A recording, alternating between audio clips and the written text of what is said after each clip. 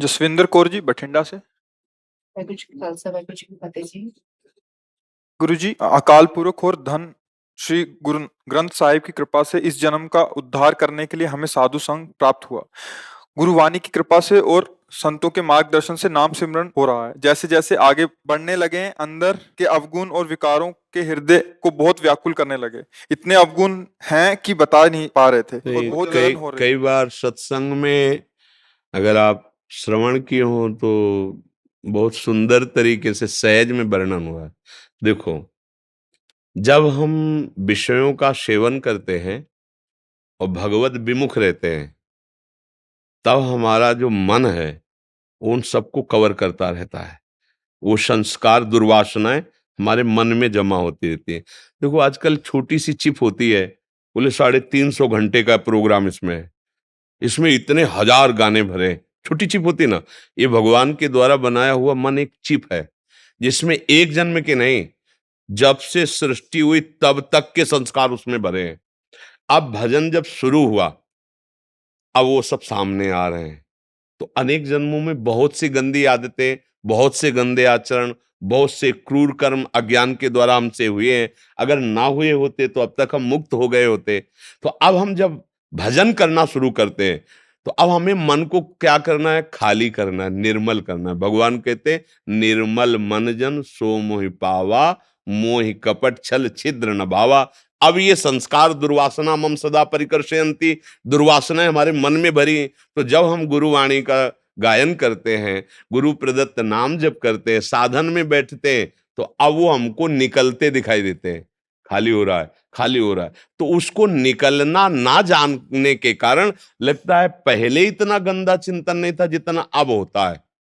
अगर आप धैर्य पूर्वक रहें और मन से जो स्फुरणाएं हो रही उनसे उदासीन रहें। उदासीन का मतलब होता है ना बुरा मानना ना अच्छा मानना।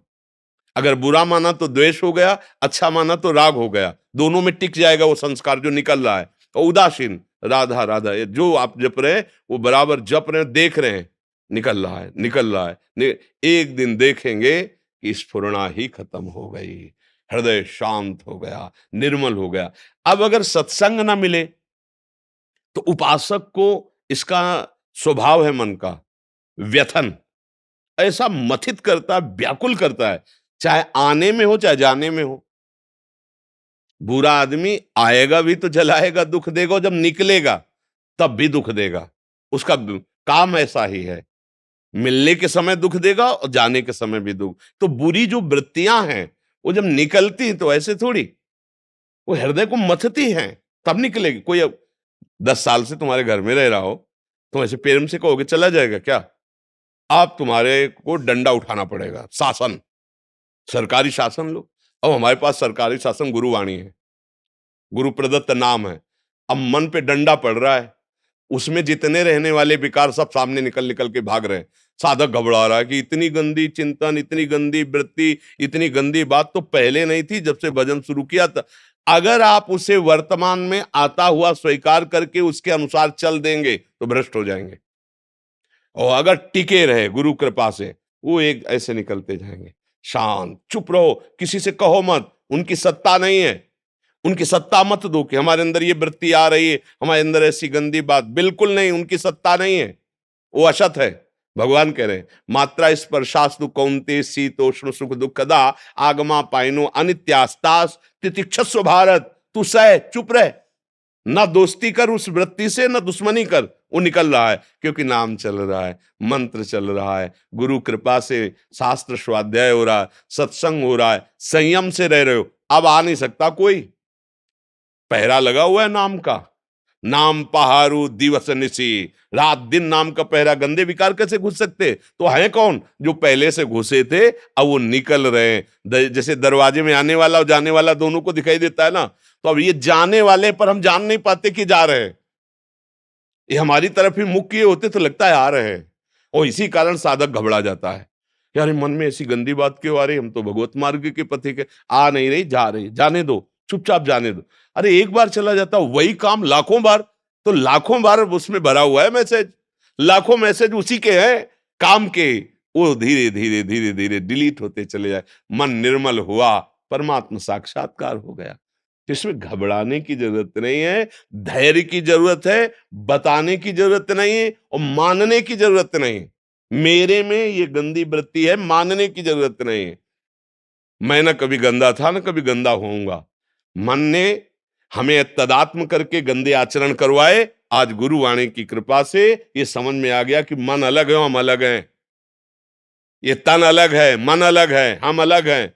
अब अलग हो करके उस पर दृष्टा दृष्टि रखो, डांट लगाओ, बुरे आचरण मत होने दो। जो बुरी वृत्तियां आ रही उनसे उदासीन रहो, निकल जाएगा, मन निर्मल हो जाएगा, शांत हो जाएगा। पर कहने में बहुत सरल है, जब वो निकलता, मवाद सड़ा हुआ होता है, पक गया होता है, अरे आराम से निकलता है क्या? चीख मारोगे। और वो सड़न वाले स्वभाव गंदे वो निकल रहे, तब उपासक बावरा हो रहा है। बावरा अगर नहीं गुरु कृपा है, समझ नहीं पाएगा तो कूद जाएगा विषयों में कि तब तो शांति मिले, जल रहे हैं कब तक चले। वो जलन मटकी को पक्की कर रही है। प्रेम रस या ज्ञान रस रखने के लिए कच्चा पात्र नहीं चाहिए। और वो जलन आपको परिपक्व, चुपचाप सह जाओ।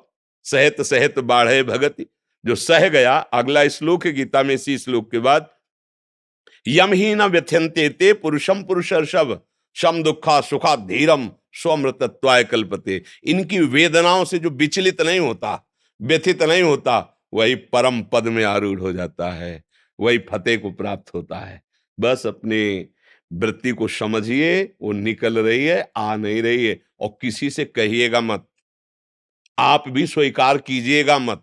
इसके रहस्य है, आपने ठूंठ को भूत मान लिया तो वो भयभीत करेगा। ये ठूंठ है, भूत नहीं है, इसकी सत्ता नहीं है। नासतो विद्यते भाव, ये काम क्रोध इनकी सत्ता थोड़ी है, ये तो मानी हुई बात है, इनकी सत्ता नहीं है। इनकी सत्ता दोगे कि है तो भयभीत करने लगेगा।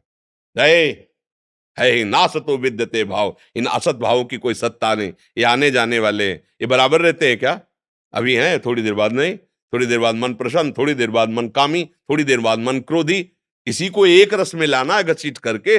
जो क्षणे क्षणे में बदल रहे हैं, इनकी बदलाव को रोककर एक रस में लाना है। वो है एक, वही अकाल, वही है ओंकार, वही है परम पुरुष, वही है वाहेगुरु। उसी में लाना है। जब उसमें हम ले आएंगे ना, तो फिर ये आएंगे कहां? फिर तो फतेह हो गई, नहीं हो गई? फतेह का शब्द क्या है? विजय। वो विजय हो प्राप्त कर, किनसे फतेह प्राप्त करना है? बाहर तो अलग बात है फतेह, यहां की फतेह चाहिए। वाहेगुरु के द्वारा वाणी का वैभव परमेश्वर का जब अंदर गया तो उसने फतेह दिला दी, विकारों से मुक्त कर दिया। यही बात तो समझनी है। कुमार जी आगे लिख रहे हैं कि आज 5 महीने पहले आपकी ऐसी ही वाणी सुनने को मिला और अभी बहुत गुरु कृपा हो रही है। केवल ये शुक्रिया करने आए हैं आपका वृंदावन की, महाराज जी आपकी वाणी मिली। शुक्रिया की जरूरत नहीं है, क्योंकि हम सब जैसे 20 विद्यार्थी चल रहे हो, किसी क्लास में पढ़ रहे हो, तो एक दूसरे से बात करके चलने में अपनी और प्रवीणता हो रही, तो हम एक दूसरे का धन्यवाद नहीं देते। हम तो एक दूसरे मित्र हैं।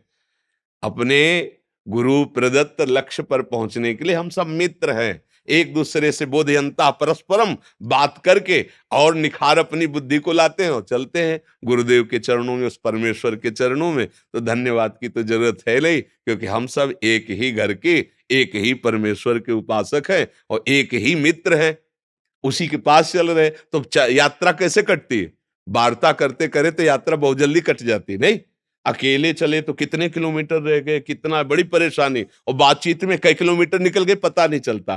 तो बोधयंता, भगवान कह रहे हैं, बोधयंता परस्परम कथयंत च माम नित्यम तुष्यंत च रमन्ति। अगर हम अपने प्रभु की चर्चा करते हुए, प्रभु की बातें करते हुए, उन्हीं का चिंतन करते हुए, तो परमार्थ की यात्रा कब कट गई हमें पता नहीं चलेगा। तो हम लोग साथी हैं। साथी को धन्यवाद नहीं दिया जाता, धन्यवाद दूसरों को दिया जाता है। हम तो साथी हैं, हम तो मित्र हैं। हम सब मिल करके उसी अपने मालिक के पास चल रहे हैं, उसी की गाथा गाते चल रहे हैं। अगर कोई कहता बहुत दूर थक गए, तो एक दूसरे को उत्साह बढ़ाते, नहीं भाई वो देख नजदीक आ गए हैं, नजदीक आ गए, उत्साह बढ़ता है। अरे निकल गए तुम, अब कितना समय रह गया, मस्त हो जाते। सत्संग क्या है? उत्साहवर्धन। अपने स्वामी की तरफ, अपने प्रभु की तरफ एक एक कदम बढ़ाने में जो हमें श्रम सा लग रहा है, वो श्रम न लगे और आनंद आ जाए, उत्साह। कोई भी हार रहा हो और अगर उसको प्रोत्साहन दे दिया जाए ना, ए तू जीत गया, भले वो नीचे पड़ा है, ए तू जीत गया, अब इसमें देखो बड़ी शिथिलता आ रही, तुम पटक दोगे, वो पटक देगा, क्योंकि उसको वाणी के द्वारा उत्साह मिल गया।